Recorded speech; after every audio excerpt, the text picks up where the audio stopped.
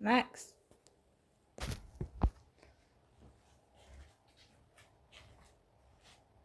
Good morning everybody and welcome to my YouTube channel. My name is Crystal. If you like my videos, please smash that like button. Please do subscribe. I'm here in my flat in Rochester. I vlog my everyday life. Good morning, and I hope everyone has a wonderful Wednesday. Alexa, what's the time please? Good morning, Crystal. It's 8:28 a.m. Alexa, good morning. Alexa, good morning. Here we go again. Alexa, good morning. Good morning, and Eid Mubarak to those celebrating the end of Ramadan. Eid al-Fitr, or the festival of breaking the fast, is enjoyed by Muslims around the world after Ramadan, a month of reflection, prayer, participating in charity, and fasting from sunrise to sunset. Alexa, what? Excuse me. Alexa, what's the date today?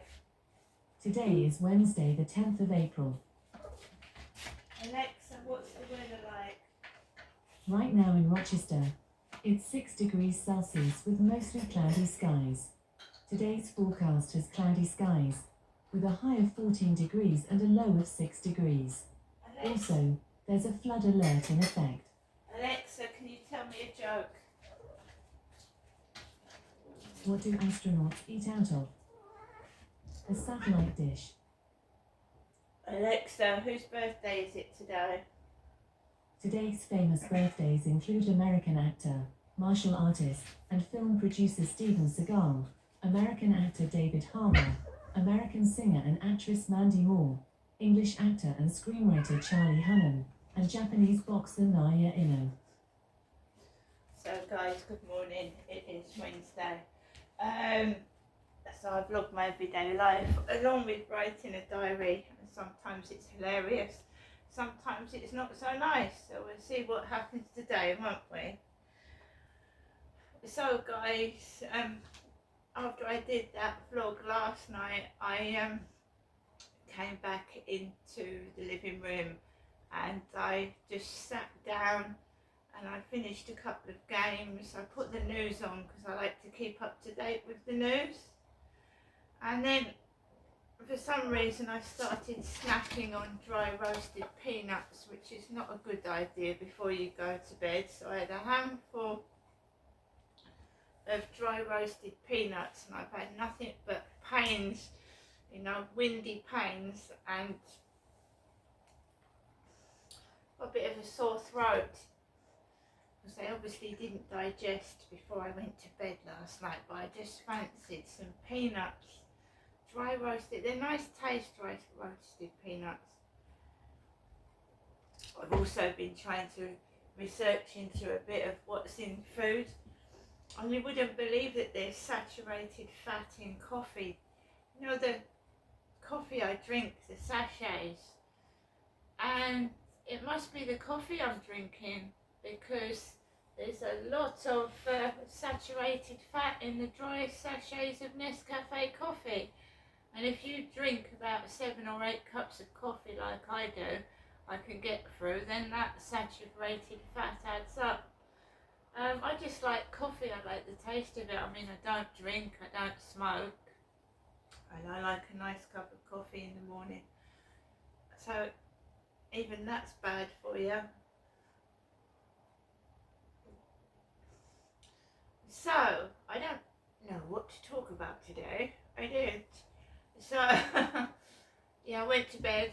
I got up this morning, I fed my cats and I fed my dog, and I get up and what I normally do is sort all the rubbish out, throw the rubbish out and just get on with the rest of the day and see what it brings.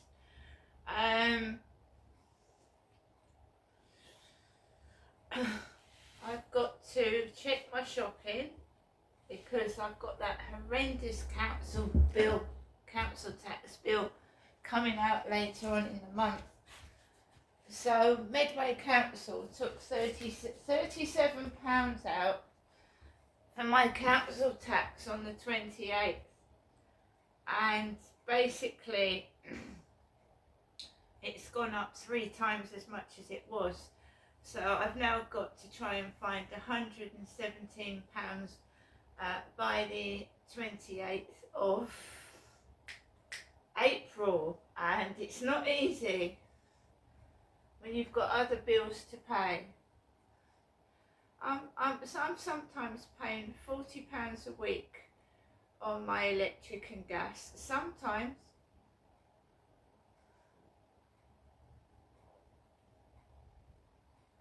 that's £160 a month for each utility. Now it's getting warmer, it shouldn't cost so much, but that's what it was costing me in the winter. Horrendous. So you've got the council tax, you've got the water rates, you've got the electric, you've got the gas. In between, you've obviously got to find money for food for yourself and your family to eat, your pets. This is why a lot of pets were being abandoned, because people couldn't pay for the food for their cats and dogs. People are stealing because they cannot afford to eat. So they're stealing the food. What happens is, right, you've got to send, the government have to give people enough money to live on. They do. But if they don't raise the benefits, or they don't raise wages, people are surviving on the same money, but the bills are going up and the cost of living's going up. So how are people supposed to afford to feed their families and heat their homes if their wages and the benefits are not going up with the increase of the cost of living and the utility bills? So I had the same money, it's not gone up, I've not got any more money. I had that conversation with that one from Overdale Solicitors, didn't I? That lady, that Scottish woman from Overdale Solicitors. She said, Crystal, you haven't got enough money to pay your bills and everything else. I said, I know. So all of a sudden, after that phone call, my council bill goes up 3 times it was. And I'm thinking, well, that is a coincidence. And can Medway Council or the councils do that? Just put it up 3 times it was. So £37 came out on the 28th of last month. I've got to find 117 by the end of this month. And the usual shenanigans go on, right? What do you do for a living? How do you find the money to live? And then my bills go up sky high. I've been managing. My mother is still helping me out now and then, and I just get on with it. I mean, I've got everything I need. I mean, I feel sorry for people that are trying to leave home and make a life for themselves, and you know, adults are having to rely on their parents to help them, not because they want to, but because they have to. I left home when I was 18, right? And in a way, you know, I didn't like what happened to me, but it makes you independent, doesn't it? If you live away from your parents, you can't keep going around to them to borrow money. You can't. So I left home when I was 18, and I left home when I got married. And me and my husband, right, lived together. I didn't see my mum and dad. My mum wrote to me, my mother did. She sometimes sent the odd postal order out, because it was a lot of postal orders then. And I don't know if anybody remembers the old postal orders. I don't know if they still do them. My mum used to send me a £10 postal order, and we had a local post office down the road. And I used to go out to cash it. And right next to the post office was the sweet shop, the mini market, and their greengrocers. So that was handy. So I didn't see my parents for 22 years. In the 22 years that I lived in Gloucestershire, from 1987 I lived in Gloucestershire from 1987 to 2008, and then I came back to see my parents on the train in 2008, but not once did my parents come up and see me. I went down to see my parents and my sister in the 1990s, and they never came up to see me. And I was going through a very, very traumatic time when I gave birth to my first child, my eldest son, in 1996.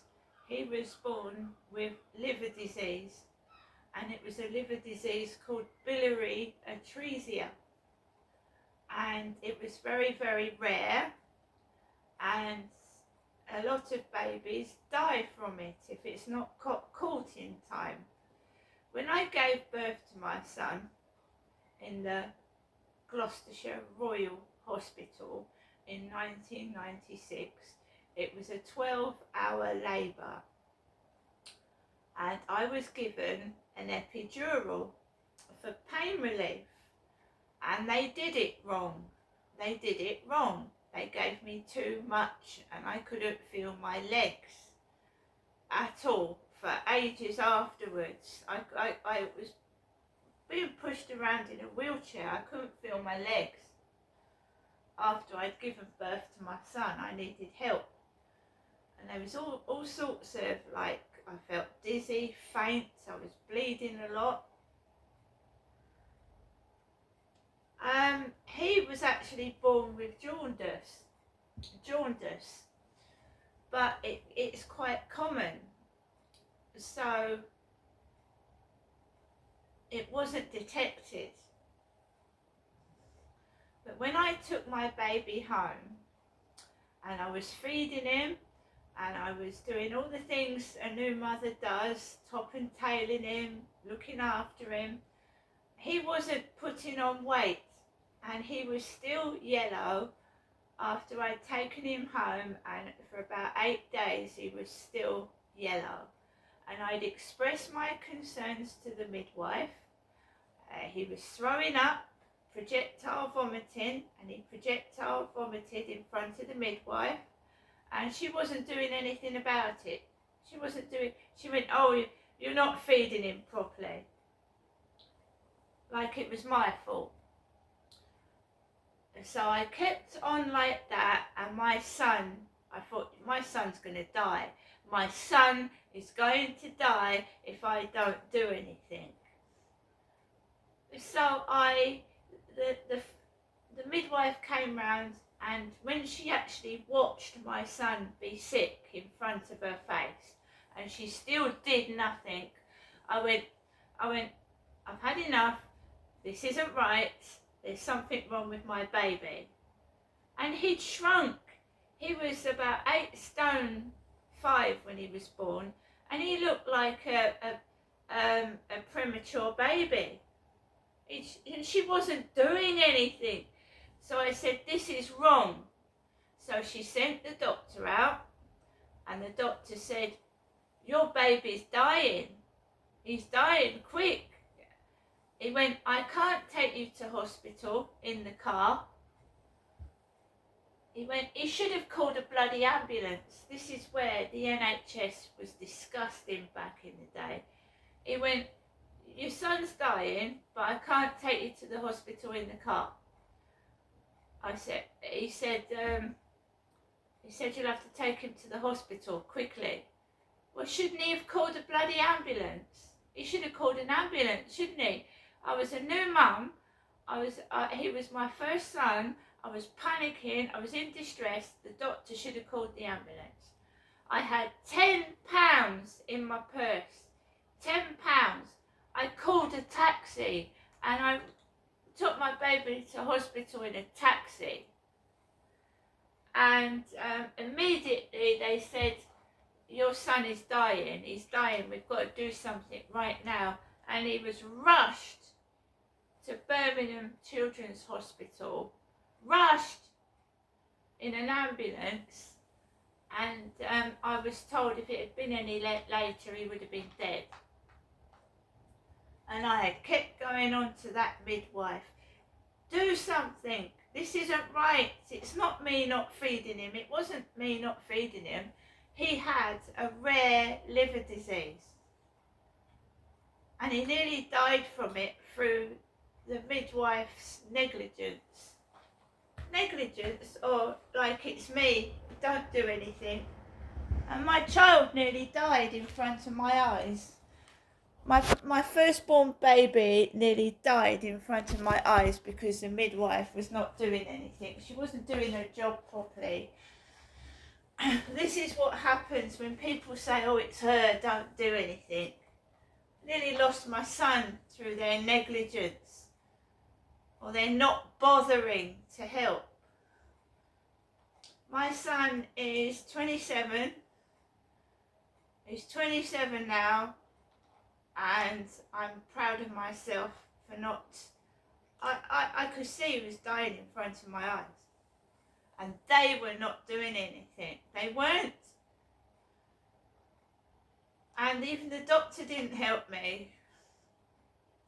I stayed with my son for almost 2 weeks in Birmingham Children's Hospital in Birmingham on my own because my husband had to work. So I was in a strange place by myself and my husband said he had to work. And I was being bullied in the hospital. Oh, you're shy, why don't you speak? By nurses. Absolutely cruel and nasty some of them were to me when I was on my own. Because I am shy on my own. And he had his Kasai operation. He had a biopsy first of all. Then he had his Kasai. And me and my husband were about to take him home, and we noticed that he had nappy rash. So the hospital had not changed my son's nappy in ages. He had red rash all over his backside. And my ex-husband said to me, he said, Jen, look, he's got a lump on his groin. He's got a lump on his groin. They'd left him in a piss-stained nappy for God knows how long. And he had a hernia, and they had not noticed it. They hadn't noticed his hernia. They called me and my ex-husband up on the phone to come and collect our baby all the way from Gloucestershire. So we went to Birmingham on the train, and we had to go back without our son because he had a hernia. They hadn't noticed a hernia on a baby. So he had to have a hernia operation. And when we finally came back and collected him and took him home, we had to take him home on the train because my ex-husband doesn't drive. So we took our baby, well, they wouldn't provide an ambulance for him to come home after he'd had a Kasai operation and a hernia operation. They wouldn't provide transport, so we had to take him home on the train. And that is how I've been treated and my family have been treated in Great Britain since whenever I can remember.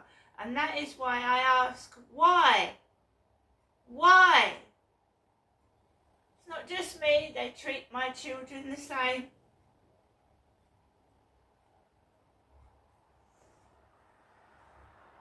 So that is why I get upset. It actually goes on to my family, or if someone is with me. Harry, don't jump up at the camera now.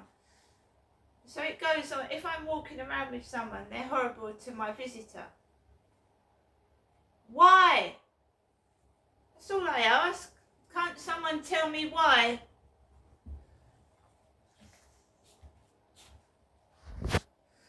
You see, it's not a laughing matter. It's not a joke.